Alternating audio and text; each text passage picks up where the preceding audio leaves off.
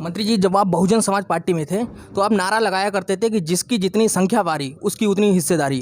क्या आप आज भी उस नारे का समर्थन करते हैं? जो हम ये मानते हैं कि हमारे देश में डीएम, एसपी, इंजीनियर और डॉक्टर का चयन जो है वो संख्या के आधार पर होना चाहिए, योग्यता के आधार पर नहीं। योग्य लोग जो बहुत काबिल बनते हैं उनके पेट में दर्द नहीं होना चाहिए। उनसे भी योग्य और भी लोग हैं। योग्य लोग काबिल बनते हैं, मतलब इसका थोड़ा आप खुल के बोलिए। मंत्री जी, शादी बारातों में 200 लोगों की परमिशन दी गई है, चुनावी रैलियों में कितने लोगों की परमिशन मिलनी चाहिए? नमस्कार, मैं हूं आकाश मिश्रा, आप देख रहे हैं द गली मोहल्ला शो। आज हमारे साथ मौजूद हैं उत्तर प्रदेश सरकार में कैबिनेट मंत्री स्वामी प्रसाद मौर्य जी। मौर्य जी, बहुत बहुत स्वागत है आपका हमारे शो में।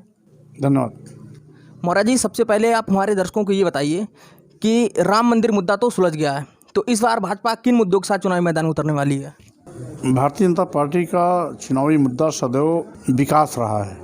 विकास के मुद्दे पर ही 2014 का लोकसभा चुनाव, 2017 का विधानसभा का चुनाव, फिर 2019 का लोकसभा चुनाव, ये सभी केवल विकास के मुद्दे पर लड़े गए।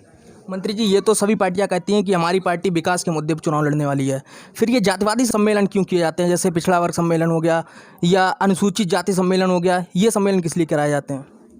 देखिए, सामाजिक भाईचारा बना रहे, सभी खुल करके राजनीति अपनी हिस्सेदारी लें, सभी सम्मान स्वाभिमान के साथ खड़े हों, इसलिए सबकी हिस्सेदारी सुनिश्चित करने के लिए सभी को प्रोत्साहित किया जाता है।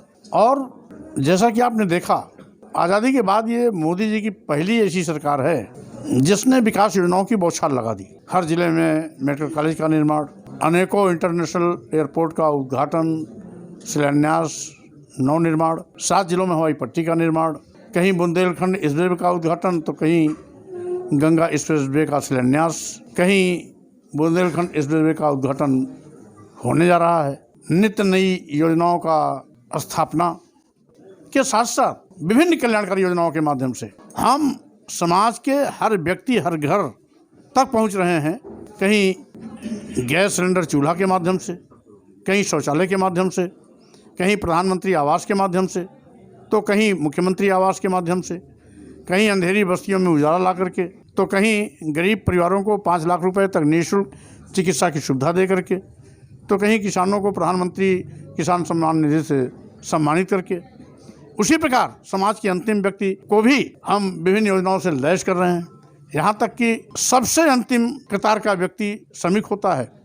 श्रमिकों के जीवन स्तर को बेहतर बनाने के लिए भी हम 18 योजनाएँ चला रहे हैं। आज श्रमिकों के अच्छी चिकित्सा सुविधा देने के लिए ESI मेडिकल कॉलेज का शिलान्यास किया गया है पुआया रोड पर।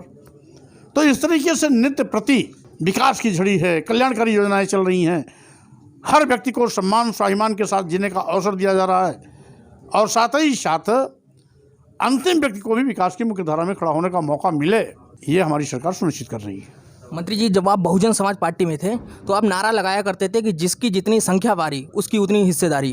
क्या आप आज भी उस नारे का समर्थन करते हैं? हम आज भी उसी लाइन पर काम कर रहे हैं। आज भी समाज के अंतिम व्यक्ति ही वकालत करनी हमारी प्राथमिकता होती है।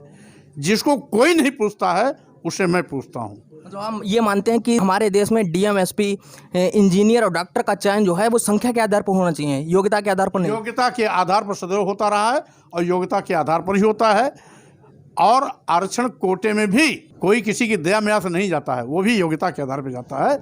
और यहाँ तक कि आरक्षित वर्ग के आज लोगों का जो चयन होता है उनकी योग्यता का प्राप्तांक सामान्य से ज़्यादा होता है। इसलिए ये दया मया नहीं, ये लोगों की कुंठित मानसिकता है कि पूरी मलाई अकेले खाना चाहते हैं, वो किसी को हिस्सेदार नहीं बनाना चाहते हैं। आरक्षण की व्यवस्था केवल समानुपातिक हिस्सेदारी में आरक्षण दे करके सभी को समान रूप से खड़ा करने का है। नहीं, क्या आपको ऐसा लगता है कि योग्य लोगों को भी उसका लाभ मिल पाएगा? योग्य लोगों में भी जो गरीब हैं उनको भी आरक्षण दे दिया गया है। इसलिए योग्य लोग जो बहुत काबिल बनते हैं उनके पेट में दर्द नहीं होना चाहिए। उनसे भी योग्य और भी लोग हैं। योग्य लोग काबिल बनते हैं, मतलब इसका थोड़ा आप खुल के बोलिए। योग्यता का कोई जाति नहीं होता, योग्यता किसी वर्ग विशेष में नहीं होती, सभी में योग्यता होती है। समाज की अंतिम रिक्शा वाले का भी बेटा IAS बनता है, प्राइमरी के अध्यापक का बेटा भी IAS और IPS बनता है। इसलिए योग्यता का कोई ठेकेदार नहीं है। मंत्री जी, शादी बारातों में 200 लोगों की परमिशन दी गई है, चुनावी रैलियों में कितने लोगों की परमिशन मिलनी चाहिए? ये तो निर्वाचन आयोग तय करेगा। नहीं, अभी योगी सरकार ने 200 लोगों की परमिशन दी है शादी पार्टी में, तो चुनावी रैलियों में कितनी लोगों की होनी चाहिए ये आपको क्या निर्वाचन आयोग तय करेगा। ये ना आप तय करोगे ना हम तय करेंगे। ये निर्वाचन आयोग का मामला है। निर्वाचन आयोग जो नियम तय करेगा हम लोग उसका अनुसरण करेंगे। अच्छा, आप हमारे गली मोहल्ला के माध्यम से उत्तर प्रदेश की जनता को क्या संदेश देना चाहेंगे? हम केवल यही कहना चाहेंगे कि आज हमारे देश के यशस्वी प्रधानमंत्री माननीय नरेंद्र मोदी जी और उत्तर प्रदेश के कर्मठ माननीय मुख्यमंत्री योगी आदित्यनाथ जी के नेतृत्व में जो विकास का रथ चल रहा है, जनता जिस विकास को पसंद कर रही है, उस विकास रथ को अनवरत आगे चलते रहना चाहिए। और जनता से हमें यही अपील है कि अगर आप चाहते हैं ये विकास निरंतर चलता रहे, सतत चलता रहे, तो फिर से मोदी जी के हाथों को मजबूत करने के लिए आपको ताकत देनी होगी। धन्यवाद आपका। तो ये थे हमारे साथ उत्तर प्रदेश सरकार में कैबिनेट मंत्री स्वामी प्रसाद मौर्य जी। इसी तरीके से और भी इंटरव्यू जनता की राय देखने के लिए देखते रहिए द गली मोहल्ला शो। धन्यवाद।